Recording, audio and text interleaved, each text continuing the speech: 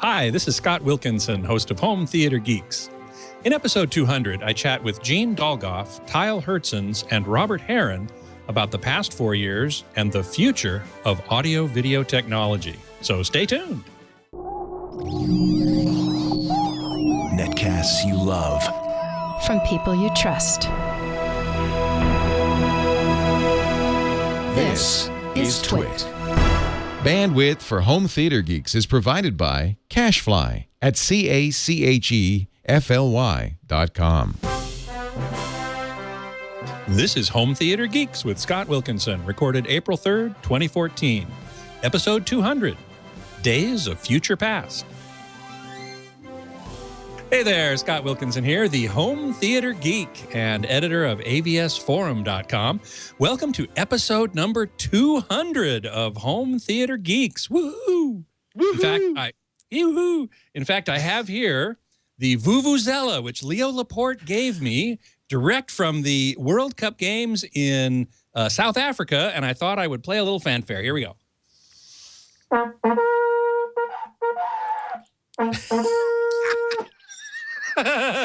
Wow.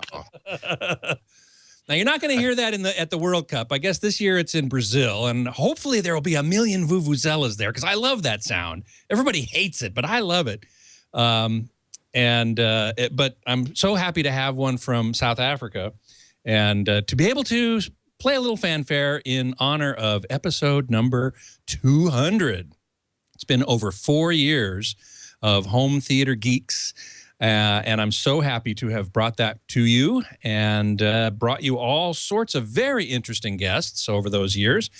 For this episode, I thought I would bring back 3 of our most popular guests who have appeared several times each over the course of those 4 years. First of all, we have headphone maven Tyll Hertsens, the editor-in-chief of InnerFidelity.com. Hey, Tyll, welcome back. Hi, Scott. Congratulations on number 200, and it's great to be here with you. Thanks a lot, man. I appreciate it. Thank you. It's an honor to have you with me for this momentous occasion.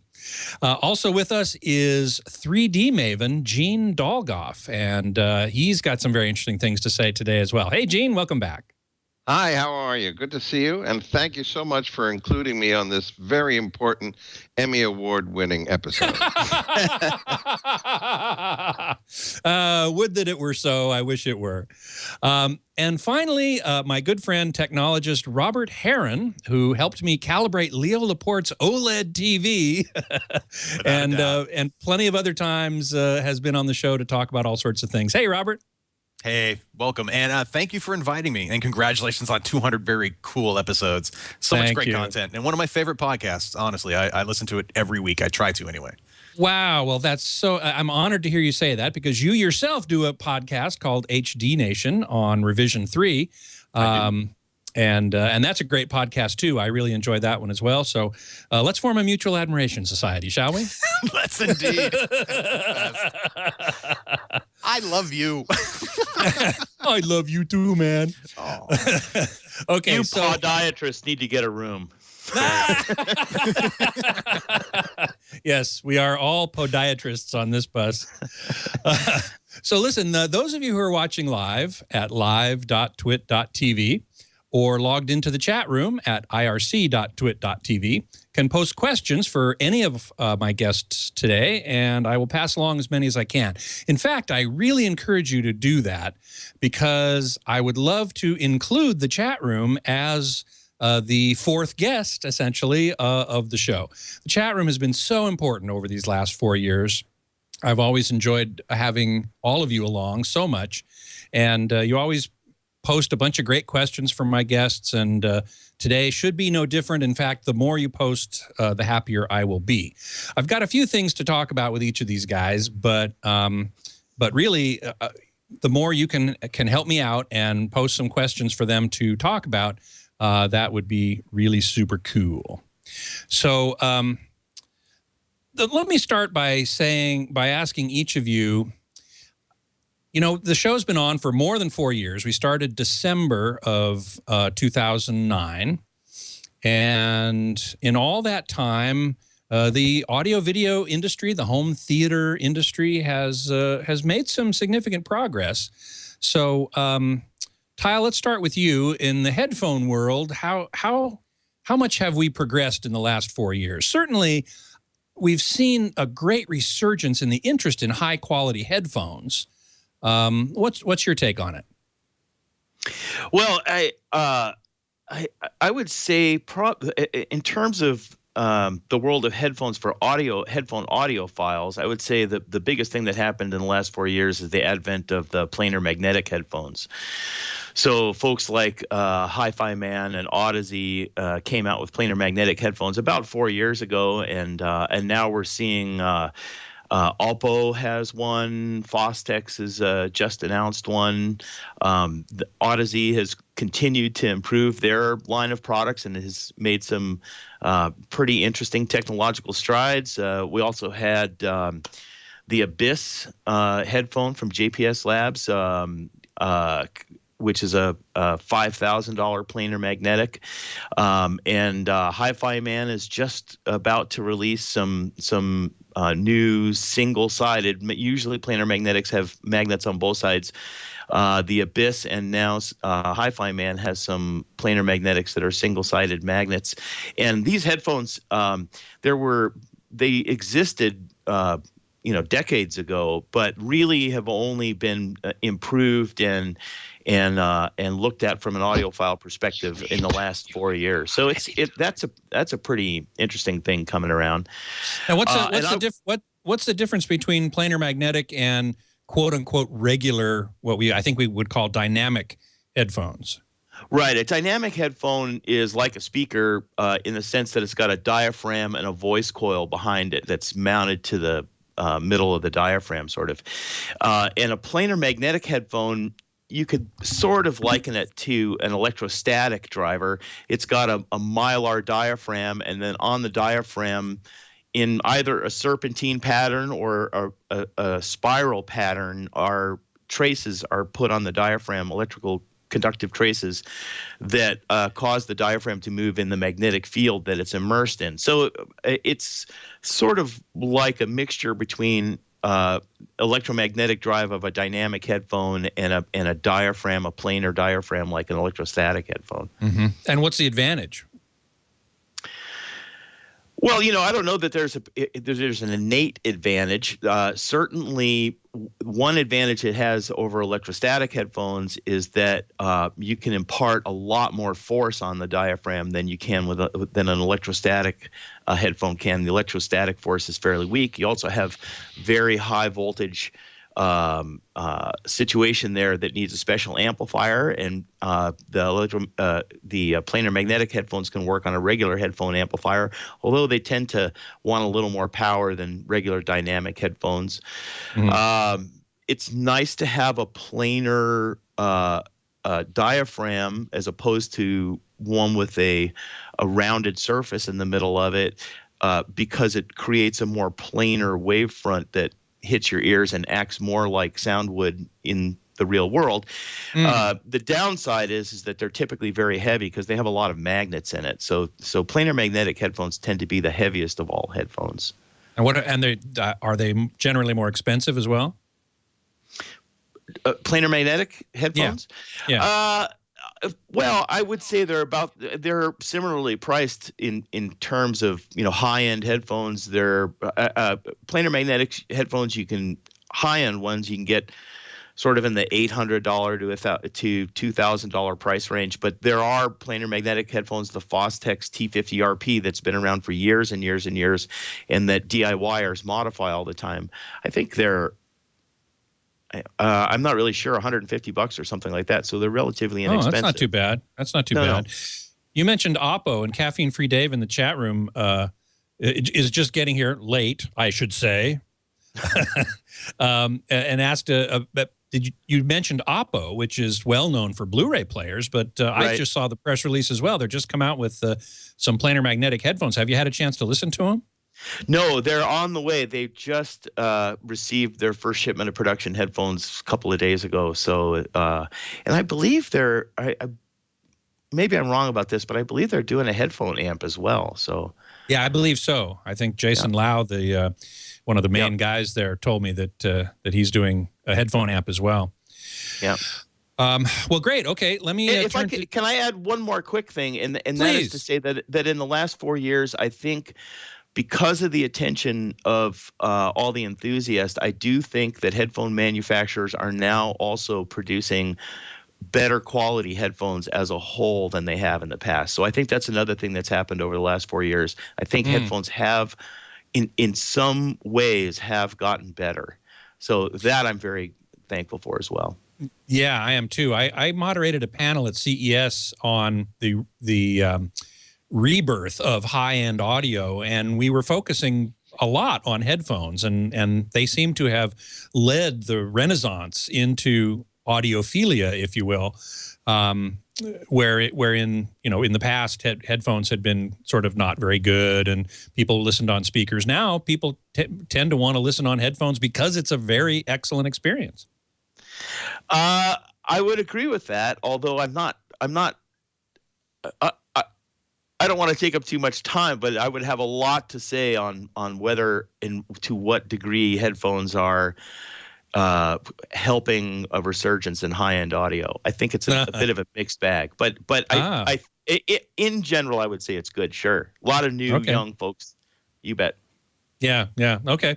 Well, we have something else to talk about in a little while regarding high-end audio and its effect on the overall AV experience. But let me first turn to Gene and ask him, what do you think are the most important developments that have happened in the last 4 years from your perspective? Well, we've seen the rise and fall of the consumer 3D market, I think. I think you're right. Yeah, it was in the beginning. Well, in the beginning of the 4-year period, it was on the rise, and we had the TVs with the polarized glasses that were passive, and then we had the shutter glasses TVs, and there were even some tries to make autostereoscopic Glassesfree TVs, and the sales did go up and up, and they wound up probably selling 11 million sets nationwide, maybe more. But then it started to decline, and 3D has really fallen into the background for now, and that's been the significant occurrences in 3D in summary. Yeah, I have to agree. A few years ago, maybe 3 or 4 years ago, 3D was the topic of CES, and then last year, it wasn't there at all. Vizio announced that they weren't putting 3D in any of their TVs. And yet, Hollywood continues to make 3D movies, particularly animation. And that doesn't really show, because they make money, I suppose. Yeah, they have to. They'd have to, or they wouldn't continue doing it. So well, let me summarize for you why the 3D has fallen out of favor. Please. It's a combination of just a few reasons. One of them is, of course, that there has never been much 3D content available. So people don't want to go out and spend extra money to buy a 3D TV when there's just about nothing to watch on it in 3D. So that never picked up. There was always a hope that as they sold more 3D-ready TVs, and they in fact tried to sneak the 3D capability into all TVs, even if you didn't know you were getting it, you were getting 3D, with the intention that there would be a larger installed base of 3D TV owners, which would stimulate the studios to make more 3D content. But it wasn't enough. So there was not much 3D content made available ever, and that was a big negative. A second negative was a lot of people didn't like the glasses, and I didn't mind them, and a bunch of people didn't mind it. A lot of people did. And there were attempts to do Glassesfree, but the Glassesfree have inherent problems which will never be overcome using that technology. Limited angle of view, jump, pseudoscopic zones, eye strain. What are pseudoscopic zones? I don't think I've ever heard that term before. Oh, really? Okay. Well, you have a limited number of views that are coming out of the set. So maybe there will be 7 or 9 views coming out of the set. That's with Autostereo. That's with Glassesfree. That's what I'm okay. With Autostereo, you have 7 or 9 views. And once you move your head enough to get to the last view, and you move it a little more, now you're getting the first view of the next repeat of those 9 views. And so the whole thing turns inside out in your brain, plus the first and 9th image don't match up anyway. So it's very disturbing. And so that what I'm saying is that audio stereoscopic technology will never take hold. So that didn't work. The other problems were that there is an inherent eye strain creator in any stereoscopic technology, which includes the Autostereo, and that is the misalignment or the misconvergence of your ability to see focused image in one plane and see 3D images due to convergence in another plane. It's called accommodation and convergence, and they do not match in stereoscopic 3D. Your eyes do this, and so you can converge on different distances in front of the screen and back of the screen, but everything is always in focus on the screen. So the discrepancy between those two creates a real problem in the brain, and the further away the image is from the plane of the screen, the worse it is. So that's always a problem. In fact, it got to the point where all the major manufacturers of 3D TVs and games put out warning notices to cover themselves, saying I saw that those. children should not watch 3D stereoscopic video because it could actually hamper their development of stereoscopic vision.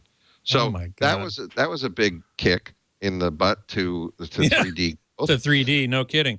Now, have you seen just to talk about Autostereo for a second?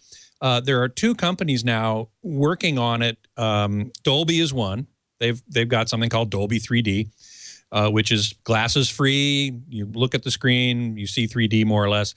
And the other is Stream TV Networks, which is based in Philadelphia. And they are going to be having product actually out on the market this year. Have you seen either of those systems? I have not seen demonstrations of them. And in fact, I don't even know what Dolby is doing. But I have seen your show on stream. That was recently. Yes. Ultra D. And that was an interesting show. And I really paid close attention to that show to try to understand what they have. And it appears to me that really all they have is Autostereo. It's 26 views, 24 views, but it's still Autostereo. It's still images that are taken from slightly different points of view, or in their software, they take a stereoscopic pair and create all those different points of view.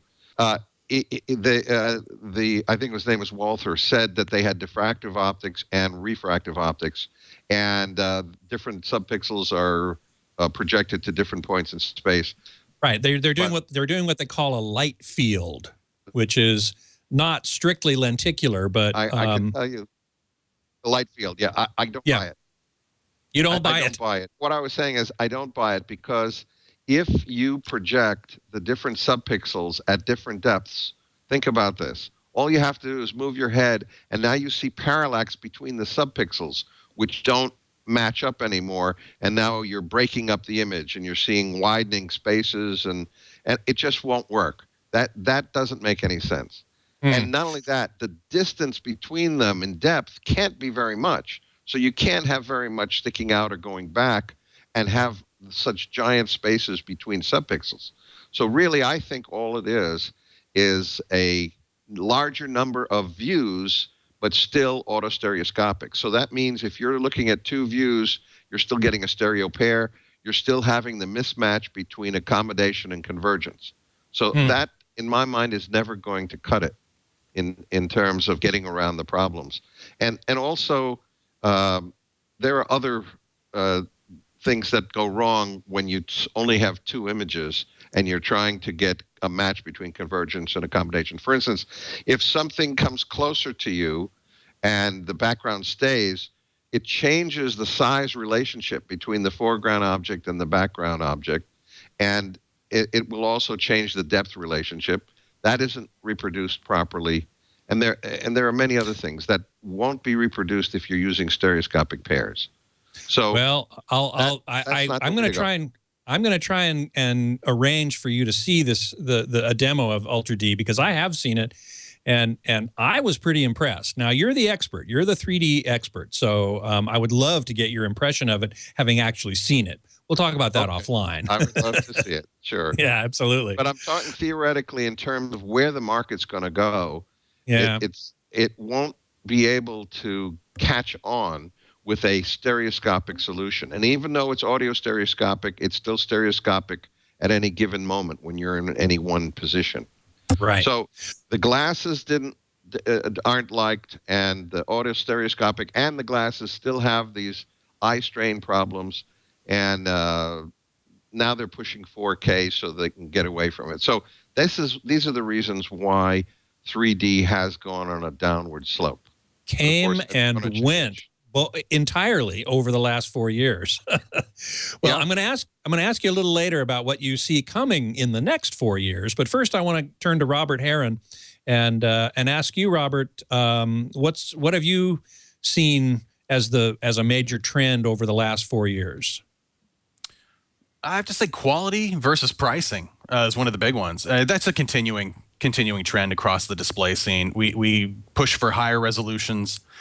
The focus of some companies like ISF and THX and others to really get the quality in line as well with what the producers and directors and filmmakers are doing in the studio and in the film editing bay in terms of mimicking that quality at home has just come leaps and bounds. And it's gotten easier over the last few years in particular to achieve literally reference quality imagery in the home compared to having to go to the movie theater and hope the projectionist or whoever is monitoring the setup there is doing it right, let alone the variety of standards you see when it comes to just production on TV and the various qualities.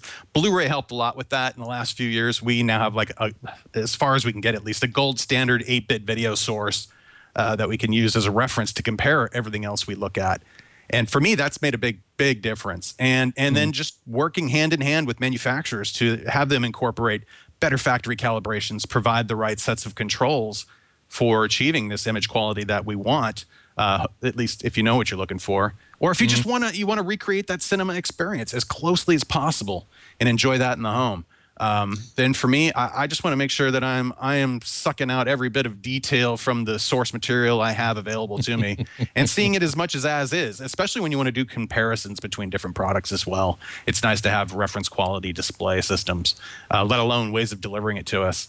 And lately, I also have to say I'm just generally impressed by how compression technologies seem to keep up pretty well with how quickly we advance from VHS resolution on through DVD, on to HD and Ultra HD, all the way till now. They seem to be, with every generation of H.26 whatever, they seem to be cutting the needed bandwidth by about 50% with each generation. Granted, and it usually tends to improve over the cycle of that product as well. So even over the life of DVD video, we saw at the very beginning rather rough-looking transfers, if you can even call them that, compared to the very end where the encoders on the back end were so much better than where they are today, or where they were at the time when they first were introduced, that the quality going in became so much better that then it became literally at the time a reference quality product. But also with display sizes too, we're also getting past that transition period, I think, of where the last great big screen for the home for a lot of people was rear projection technology and its inherent limitations with uniformity problems, overscan issues, and a whole host of other things that, granted, it was a great value at the time, but I am so happy to see that going the way of the dinosaur now and having these affordable large format screens from a variety of companies now. Yeah, and not so expensive either. I mean, some of them are certainly, but thank the Chinese and the Taiwanese manufacturers for that. The two biggest panel pushers for 2014 for 4K panels at least will be the two big Taiwanese manufacturers for like a CMO in particular, and I want to believe it's Inilux, the other one. They're responsible for, I believe, close to 60% of all the 4K panel shipments that'll be happening this year, and that includes them also selling to some of the biggest manufacturers of all in how they fill out their product lines. You know, not every manufacturer is making every size of a panel that they may need, so that they will then, you know, source from other places as well. But in turn, this is at least getting us big screens, bright screens, and we're also past that hump too, where there were so many oddball TV makers popping up left and right with quality across the board that's kind of shook itself out by this point, and we're down to just at least anybody who's left is at least offering some better quality than we were seeing before in terms of following the specs, like for HD video production, let alone cinematography video production, and trying to bring that into the home as well. But all of that, and also lossless audio has got to be my other favorite thing in the last couple of years. Just the proliferation of the format itself between Dolby and DTS and their respective lossless audio formats. That to me is as big of a deal as looking at Blu-ray video, or let alone a 4K video source coming up for a lot of us too. But if you haven't heard the switch going from just regular Dolby Digital to Dolby True HD or DTS HD Master Audio, that's as night and day as it is going from DVD to Blu-ray. And it's something I think everyone should be able to experience. And I think the cost too, overall, there's a lot of great entry-level AV receivers that do all of that decoding for you automatically and help simplify the experience, in addition to some killer sound speaker sets too that you can have very affordably on up to, you can always spend all you want on any of this gear, but there are some terrific entry-level options now for just the average consumer, so you don't really have to sacrifice. And so the performance, the price to performance ratio has improved, which, let's see, price over performance, that ratio is going down. Performance over price, that ratio is going up, where you're getting more performance, higher, better performance for less money over the last 3 years. I certainly see that as a trend as well. I agree completely. And just the basics too, in terms of picture control and picture setup. A lot of manufacturers are at least providing either a decently calibrated preset or the ability to do it yourself. They're not hiding these controls anymore or making them too obfuscated. Right. And that's something I do appreciate. And they're also paying attention. Some of the biggest manufacturers are now really focused on, hey, look, we've been trying for years to make sure all the pixels are doing the right things and looking as best as they can, but sometimes we have to take it into our own hands and develop our own chipsets in-house and fine-tune them accordingly. But overall, too, we have other companies like Broadcom, which supply these chipsets to many, many manufacturers. So recently, all of these little black boxes that have been appearing that have, 1080p output with an HDMI port, they support 30 formats internally with a USB input. Generally speaking, a lot of those boxes are powered by chipsets from companies like Broadcom, and that has just made an explosion of new products, let alone things like the Android operating system and the variety of little sticks you can stick into the back of a TV, be it HDMI or USB based or whatever. Those things are just exploding left and right now, and the options, and it's adding to our options that are available. I wonder, though, if having so many options actually leads to consumer confusion and maybe even, I don't want to say gridlock exactly, but, there are so many choices that it might cause some people to just go, I don't know what to get, forget it, I'm not going to get anything. Truly, and it's easy to waste money because there's so many products now are duplicating features. Some of the best TVs, like I recently looked at Samsung's F8000 LCD. That has a quad-core processor built into it with an app store that rivals just about any other product I've looked at in terms of a third-party box you could connect to the TV separately. So if you had that TV and suddenly you're like, oh, you know what? Maybe I want the new Amazon box. But you might not realize that your TV already has like 90% of that functionality built into it now. And identical performance in terms of being able to have a speedy interface, the content you want to receive, and the proper formatting for it. It is easy then to just keep stacking device upon device into the home theater scene. And I keep thinking back too to how every Blu-ray player now incorporates an app store. Every new smart TV is going to have that built in. Some have cameras built in and things like that. So if you had an older device, I almost appreciate these little boxes that maybe can provide a faster experience overall. But otherwise, there's a lot of duplication going on right now, and it's really easy to end up with a pile of stuff that you might be using for one trick here, one trick there. And it'd be nice to have that all self-contained into a simplified experience for someone through a single device. And that's something really that game consoles too, especially the last two generations of game consoles from Microsoft and Sony, have really just pushed in terms of capabilities and as a platform for developers to experiment with building these apps out on a relatively beefy thing. When you think about it, modern game consoles, they're effectively pretty decent computers for what they are. Oh, yeah, seriously. And they're able to then push some of their best work as far as app development goes through those platforms, and that will eventually trickle down to the other devices that might not have quite the horsepower to run those products. But that too is just, it's another one of those, well, there's yet another source of apps, but at the same time, it's like a reference box in a sense where you can say, well, I expect at least X level of performance with my apps. I don't want to wait 5 minutes for something to start up.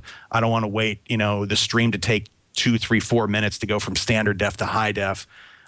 There's so much going on too. And I really hope that these devices also help incorporate ways of just helping the user not only deal with what they have a little bit easier, but to provide in a very visual way, verification that you're getting the best possible experience too. Maybe you have a better Netflix player in your game console than you do in your TV, or compared to your Blu-ray player, and let alone if you have a Chromecast stick or whatever. There's just so many sources for some of these apps now. That's really my concern is either you're repeating a purchase, or you're maybe perhaps buying a product that might seem like a good value at the time, but you had something faster and more capable in yet another product you just might not be aware of. So I totally agree. There's a lot of confusion to be had in terms of just the selection and the variety and the paywalls around certain products too. Like you take like Amazon in particular is the one I love to point at. They have yet to write an Amazon video app for Android, yet they have an Android marketplace store. They'd love you to shop on your Android phone there, and I can watch. But you can't get Amazon Instant Video on an Android device. Is that what you're saying?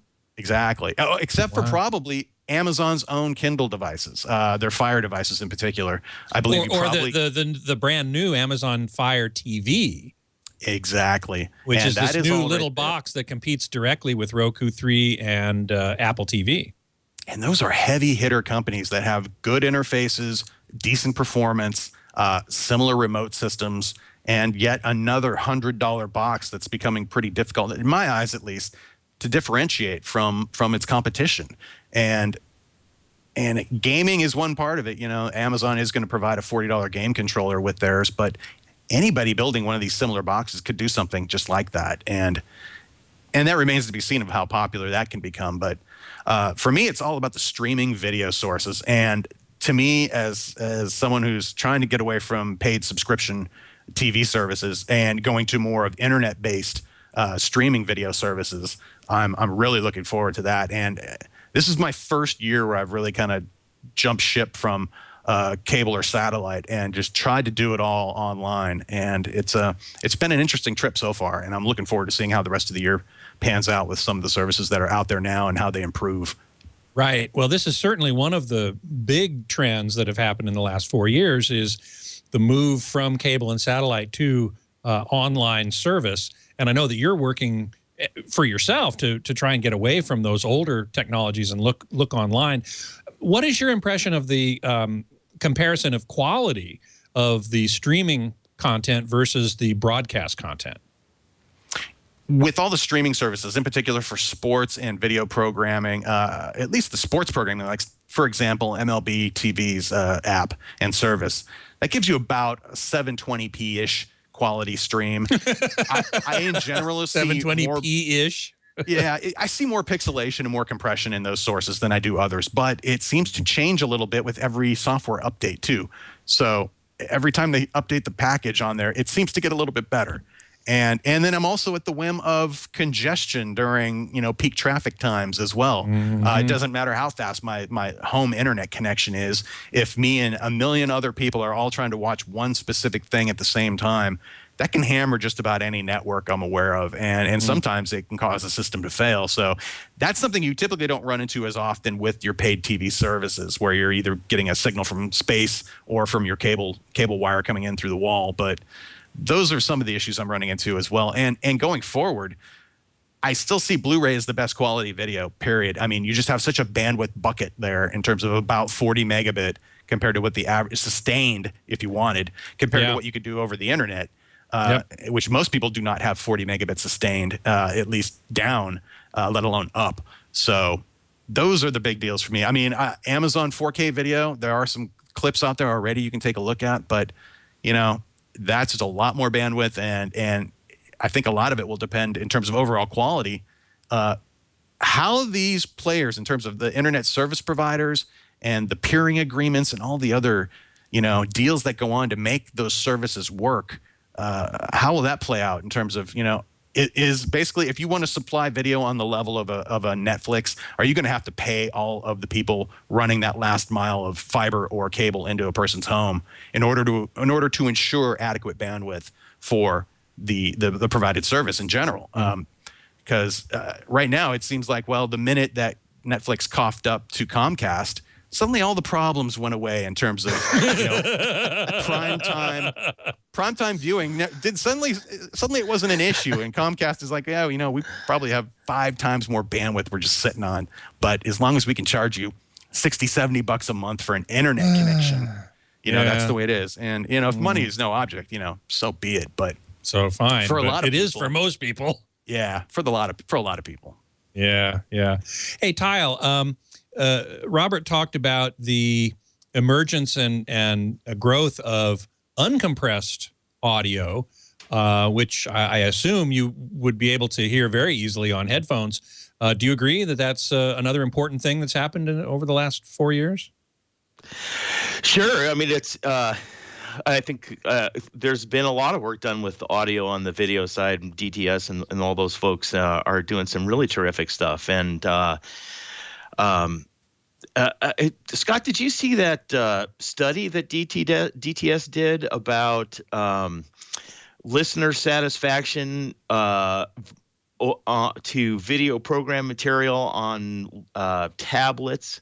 And it was a company called Neural Insight, I think, or something like that. And I saw that. I think you've done you've written about it. Tell us about it. Yeah, well, first of all, it was a study that was commissioned by DTS of a company that's a commercial market research company, and basically they put these brainwave monitoring hats on your head, and they look for pleasure. They are able to tell when you're having pleasure by your brainwaves. And the study that DTS commissioned, they had people watch video or movies on a tablet, and they would change the video resolution of it, and then they would change the audio resolution.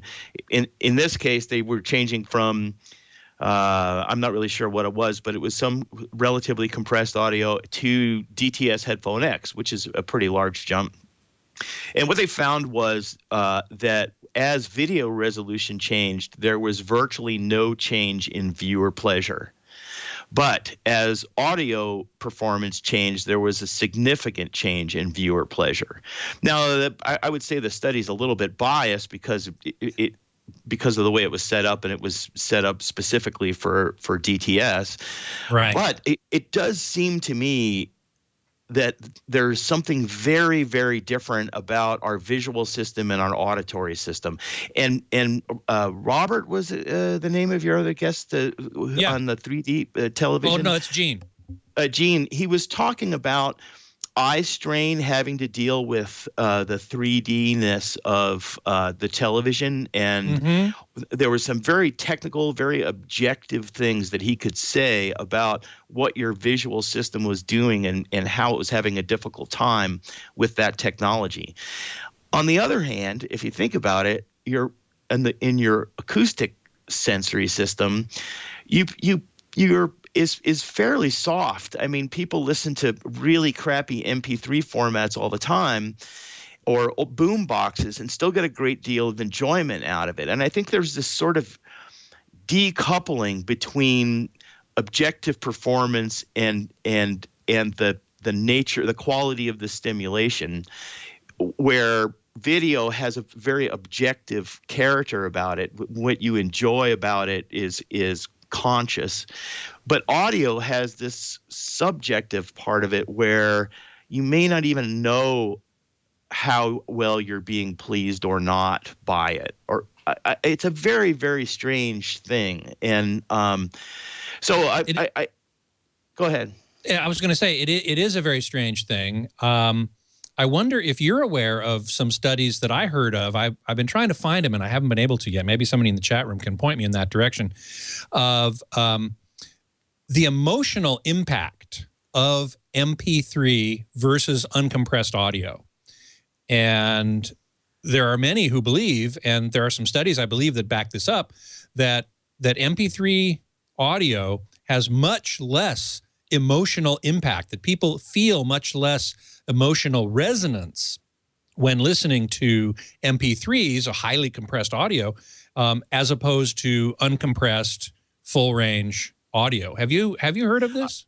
I haven't, but it seems to me that DTS study points in that direction, and I you know, it's interesting to look at televisions, you know, and you go into Costco now and you see this huge array of very big televisions, and the consumer gets it. The consumer gets, oh, big television must be better. It's more like the movie. And then there isn't the same direct, understandable relationship between fidelity of audio reproduction and the enjoyment the person has at home.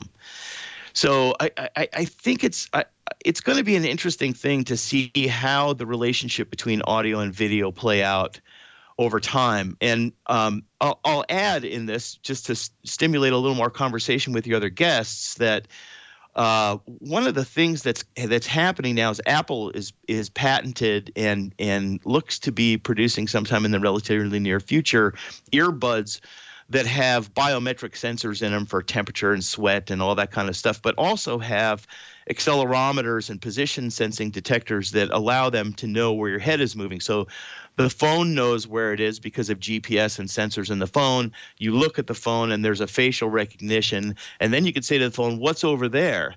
And you can just turn your head and the phone will know, because it's connected to the position sensing detector, what you're looking at.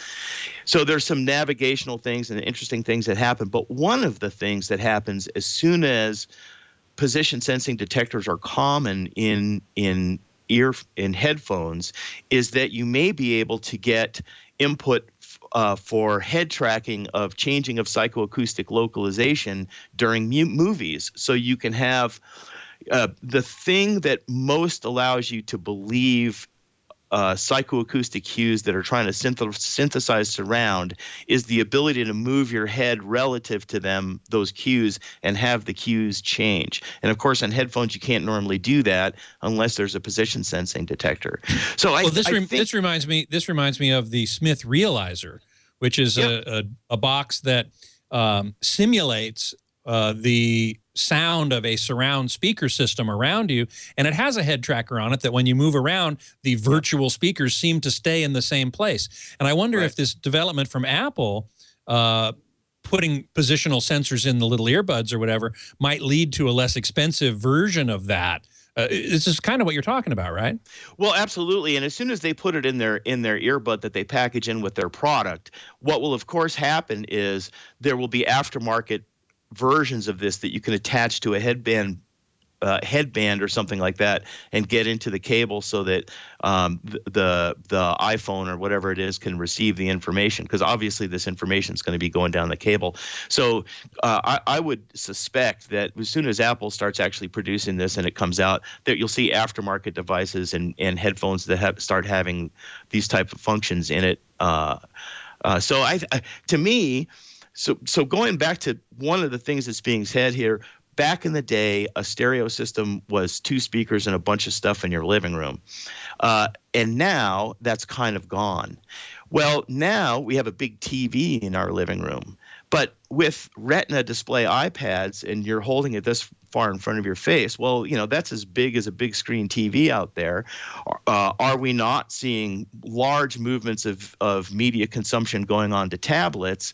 And are we going to see the disappearance of the TV home theater system sort of altogether in the home? I mean, we're seeing a lot of movement away from traditional technologies, and I'm very curious what the other participants here today would say about that type of thing. Well, actually, I know that Gene has something interesting to say about exactly that.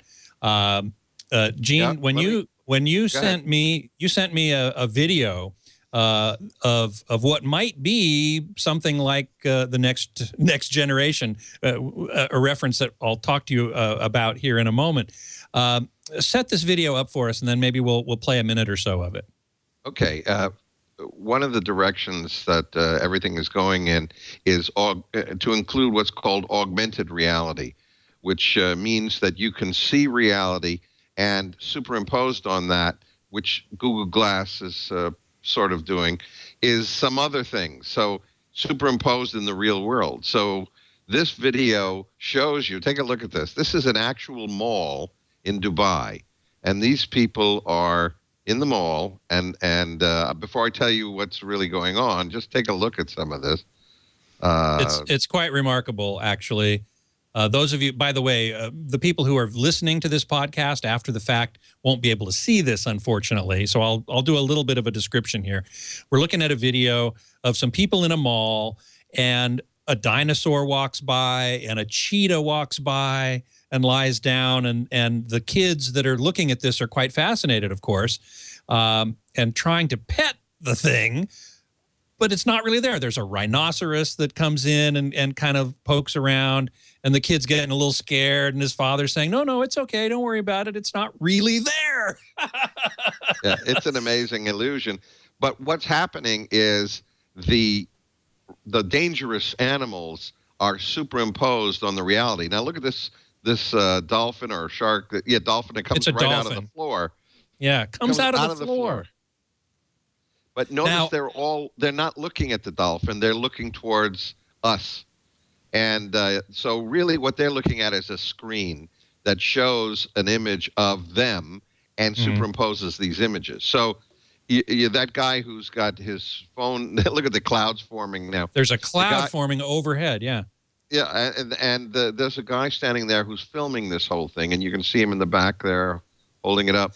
And so they're really looking at we're looking at, we're looking at the image that he shot of a screen in front of him, with him in the image, because the image includes him. Here comes a guy in a spacesuit walking by, and it looks like he's just walking by this group of people. It's incredible.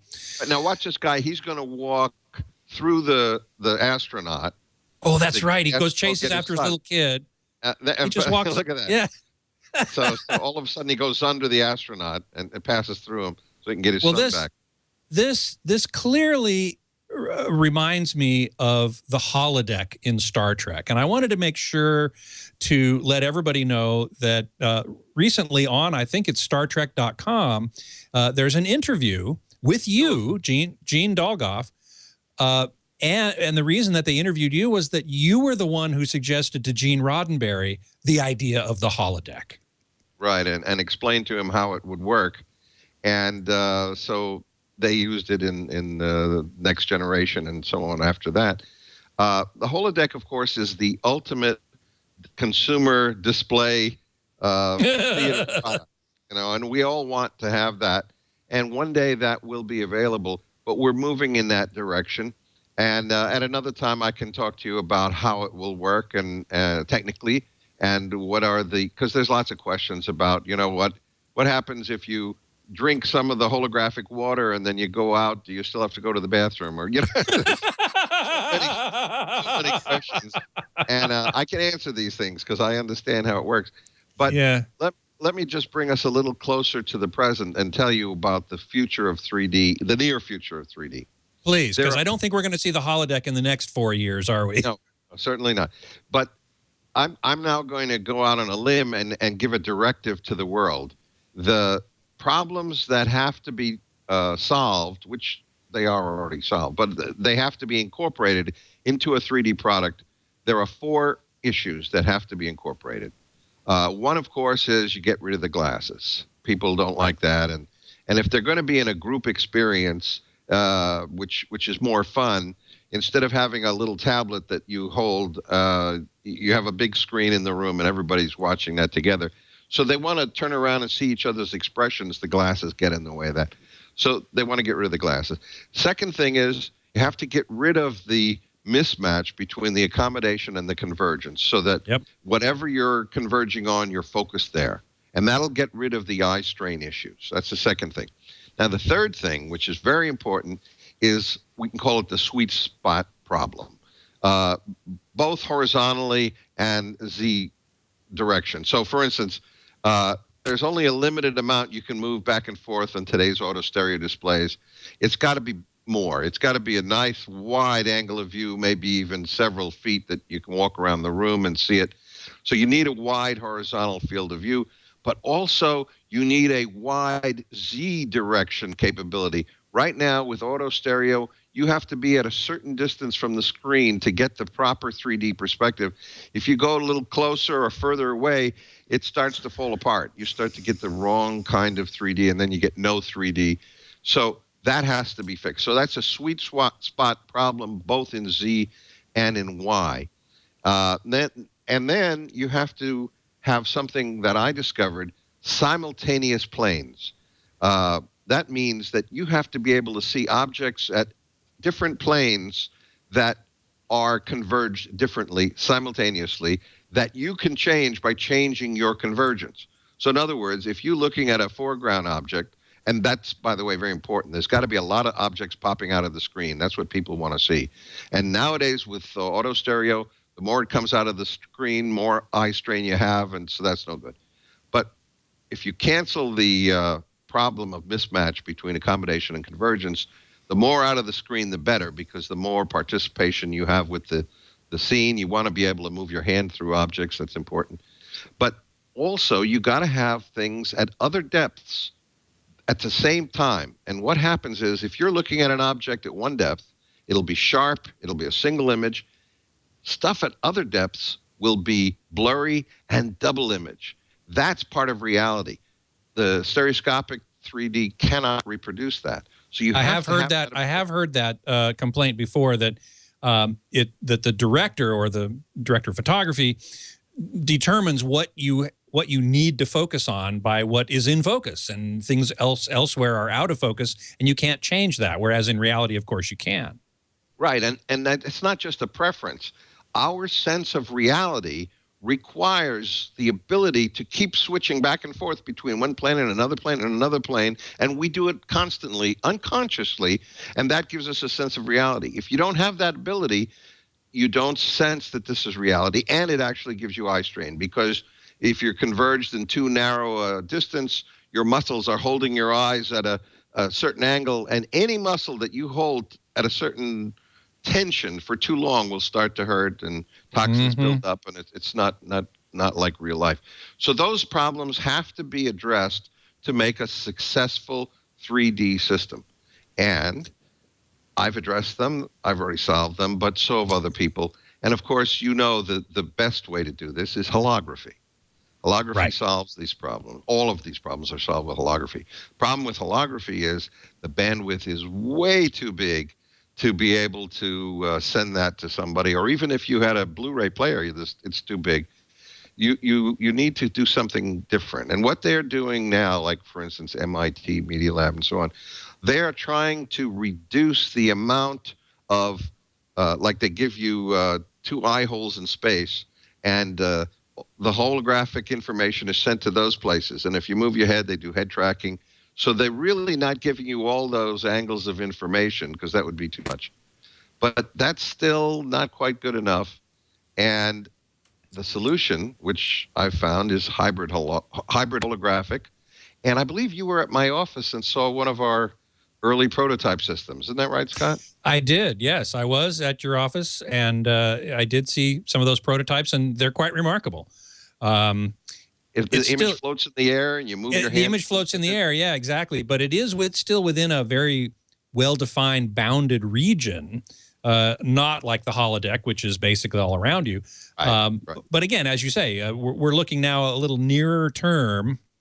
And do you think that anything like that will become available in the next 4 years, or are we talking 10 years out? Yeah, that's what I'm writing a patent on right now, which is the next generation of the thing you saw in my office. It's a hybrid holographic system. It gives you the images in front, so it's out in the air. You can put your hand through it, as you've seen. There is no eye strain, right? You saw it. There was no eye strain at all. As I recall, that's correct, yeah. There was because convergence and accommodation were always correlated, and there was no glasses, and there was a very wide angle, not only horizontally but front and back. I don't know if you remember. You started from all the way in the back of the room and then walked all the way forward. It was about 20 feet or so, and the 3D did not change. That object no, it's true. It's absolutely true. So that's how it'll work, and that'll come out in the next few years. Brexville Ron in the chat room is asking, what's the bandwidth on something like that? Believe it or not, it can be over an existing TV bandwidth because of the tricks that are done, and the fact that now we have such powerful chips. We can do a lot of that processing in the TV, so you don't have to send that much information, and then you build it up in the TV, and now you can build up a lot of angles of light. The whole secret of holography is light rays have to go at the right angles, and each one of those light rays has to have the proper brightness and color information. That's what I call the ABCs of light. Angle, brightness, and color of each light ray is unique, and as long as you can reproduce that information, now you'll see the same thing you would see if you saw the thing in real life. Incredible. Robert, if you could buy a holographic TV, would you? That's a good question. If you had the content available, and am I frozen? I might be frozen. Looks like the video froze. Uh-oh. But if you can still hear me. I can, yeah. Oh, okay. Go right ahead. You know, unpause my video. Uh-oh. Dang. That you make a great point, though, about if the content is available. Because that was one of the things that Gene talked about not being a problem with the current 3D situation, was the content wasn't available. Also, just plain fidelity, things like image contrast and color saturation and other things like that. If you can produce an image that can match what I'm seeing today out of some of the best display technologies, man, no doubt that is something I want to take a look at. I like the idea of a formed 3D object in front of you that you are eliminating a lot of the problems that you had before in terms of convergence and having it look right.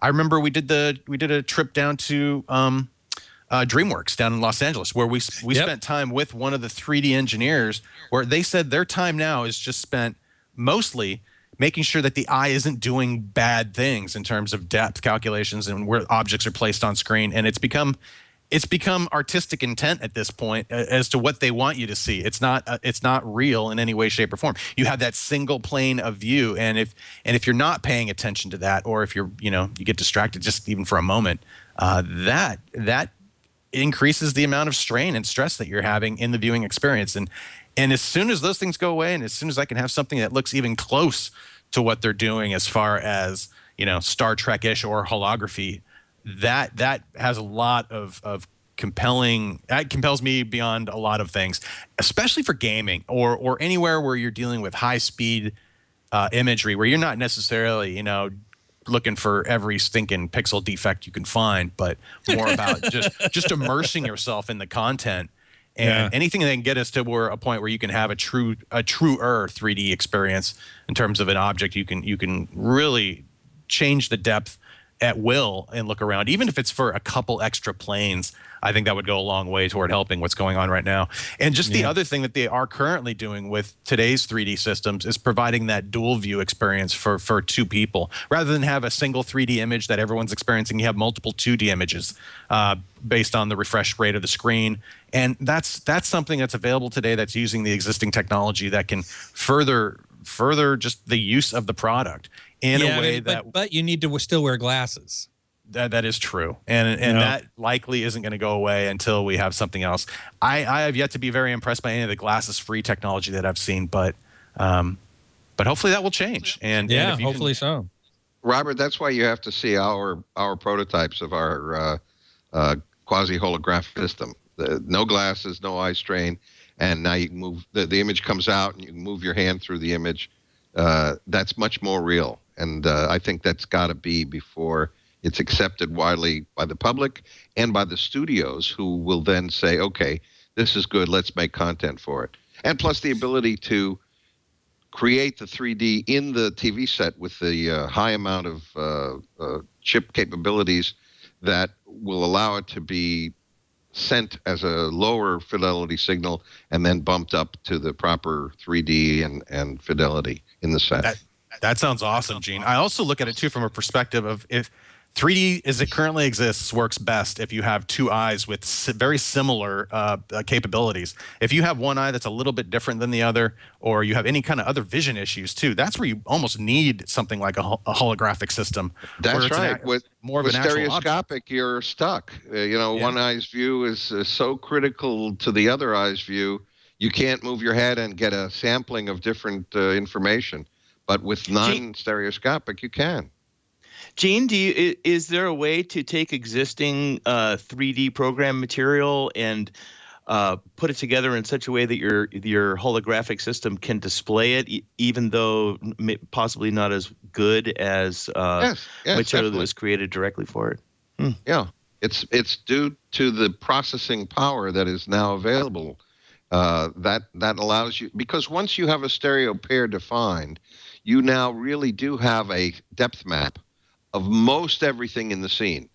Not everything, because there are some hidden things that, once you go for parallax, you have some hidden surprises that won't be there. But with a smoothing program, you can fill those with adjacent pixel data and nobody knows.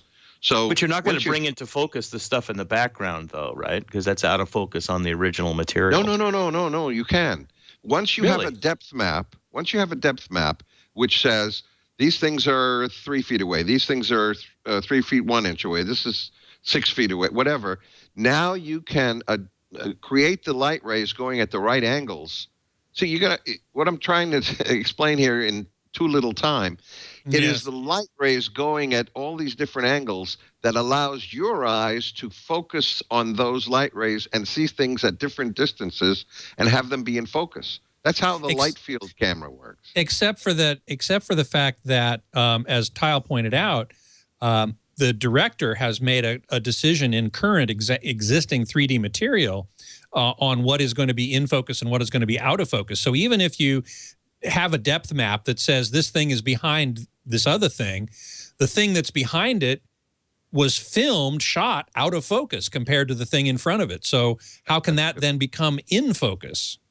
Well, for the next 4 years, I totally agree with you. But let me say, for the future, we have technology, deconvolution, and resharpening of images. The only reason it's out of focus is because the lens function was creating a different distribution of the light. Holographically, you can change that distribution of light so that it is in focus. That's how we took the pictures of the moon before we landed on the moon, and some of them were out of focus. In a computer, we were able to refocus them and compensate for not only motion artifacts, but lenses being focused at the wrong distance. The data's still there, and if you use the principles of coherent optics, you can resharpen it. That's interesting. FOIA optics or something like that, where they can fascinating. Hey, Tyll, I wanted to ask you before we end, and we're getting right towards the end here. We've been talking about 3D video. What about 3D audio? That is what we sometimes call immersive audio or 3D audio. In a theater, it's not so hard. You put speakers all around you. Right. But in headphones, how easy or difficult is it? I know DTS Headphone X has attempted to do this. Right. How successful is that in your ears, so to speak? And how much better do you think it might be able to get? Well, you brought up the Smith Realizer earlier on, and it really does do a good job. But in a way, they're using a brute force method where you sit with microphones in your ears in front of a home theater system, a surround system, and it plays various calibration signals and measures your ears and maps it all out, and so it's really custom made for you, and you have to go to a laboratory or a place where you can have your head related transfer function sort of input into the system. So the real question is, without a personal calibration, how good can it get? Now, of course, if you've done the DTX demo, which is really an optimal experience of where they're at so far, you can hear that it's pretty darn good. But there's a couple of things about it, and one is that they have to very, very carefully calibrate their playback to compensate for any errors in the headphone. And one of the things that DTS is now doing is working very hard with manufacturers to improve the quality of headphones. And you asked a little bit earlier, or mentioned that you wanted to hear what the next 4 years would bring. And I would have to say that in the world of headphones, by and large, it's rather a boring thing, which is just better performance. Because headphones for so long were accessories. We're actually really in the infancy, I think, or maybe in grade school period of the performance of headphones. And I think headphones are going to get a lot better in terms of performance, in part because there will be pressure from folks like DTS who want to do this virtual reality kind of stuff, and gaming manufacturers and get that experience right on headphones. And in addition, just in a very parallel way to what Gene was saying, if you don't have head movement, if your sensory system isn't allowed to experience the changes that would naturally occur when you do things, and in terms of visual, he said refocusing on things far and deep and moving from side to side. With headphones, it's the ability to move your head relative to a sound source, or with the auditory system, it's the ability to move your head relative to the sound source. And that is absolutely critical. And you don't need much head movement. 3 to 5 degrees is all you use to localize on stuff. And you don't even know that you're doing it. But if it's not there, you have about 1/10 the effectiveness. So the DTS Headphone X demo that you heard would be 10 times more effective if they could do the head tracking. And in terms of technologies and that being available to us, I mentioned earlier on that Apple's working on some position sensing detectors, and that might be showing up in headphones relatively soon. But in addition to that is the processing power in a tablet to do the subtle cue changes with head movement in 11 channels at the same time without any latency. And so I don't think the tablets are there yet, but I think by the time they get the headphone manufacturers making good enough headphones, let's say 2 or 3 years down the road, there probably would be the processing power to modify the signals and do the DSP on 11 channels at the same time to accommodate for head movement. And that should make for a really immersive and I think astonishing experience. And I can't imagine what it would be like to have some sort of a portable 3D holodeck, one of Gene's devices, a portable device like this with a headphone that does surround processing on it. And I would suggest to you that right now there's a lot of municipalities that are prohibiting and making laws against people walking around with headphones. And I would think that should this technology become available, that people are going to have to be very, very, very careful not to fall down elevator shafts and do stupid things. People are already having accidents from walking and texting. Yes, exactly. Oh, exactly.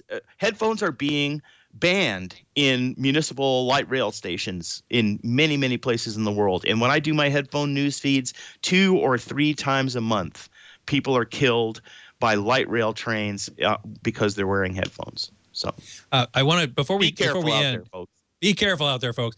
Before we end, I want to just mention that a number of people in the chat room have talked about Oculus Rift, which is this headset, right, where you have 2 separate displays one in front of each eye, tiny little ones, and you're wearing this headset.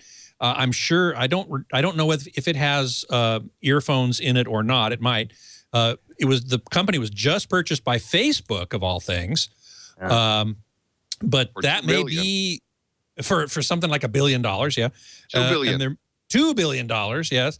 And that may very well be one way to get to 3D, certainly personal 3D, portable 3D, but I sure as heck wouldn't want to be walking around the street wearing that thing. No, you can't. It's not the way to go. Yeah, exactly. Well, listen, we've gone a little over time here, but because it's my 200th episode, I figured, what the heck? So I want to thank you all very much. We've had a great conversation here, a lot more to talk about. So I hope to get you all back on the show in the future to get a little more in depth. But for now, I want to thank you all very much for being here. Thank you for this great, momentous opportunity. Whoa! Where's my vuvuzela? Yeah. There we go. Yeah. Congratulations, Scott. Hope you get 200 more. Thank you. At least. Robert, I thank you so agree. much for being here. Absolute pleasure, Scott. Thank you. And congratulations again on number 200. And maybe be doing this again at number 400 or 500. You bet, man. You bet. And Gene, thank you also. Thank you so much. It was a pleasure. Let's do more. Let's do, yes. You can reach Tyll Hertsens at innerfidelity.com. Gene's website is 3-division.com. And Robert Heron is at heronfidelity.com. You can find me online, of course, at avsforum.com. And you can email me at scott@twit.tv. You can follow me on Twitter at htgeekscott, also at avsforum. You can always find previous episodes of Home Theater Geeks right here at twit.tv/HTG. Also on our YouTube channel, youtube.com/twit Home Theater Geeks. Now, next week, I will have just returned from the NAB show in Las Vegas, National Association of Broadcasters, and Mike Heiss will be joining me to discuss what we will have seen and heard there.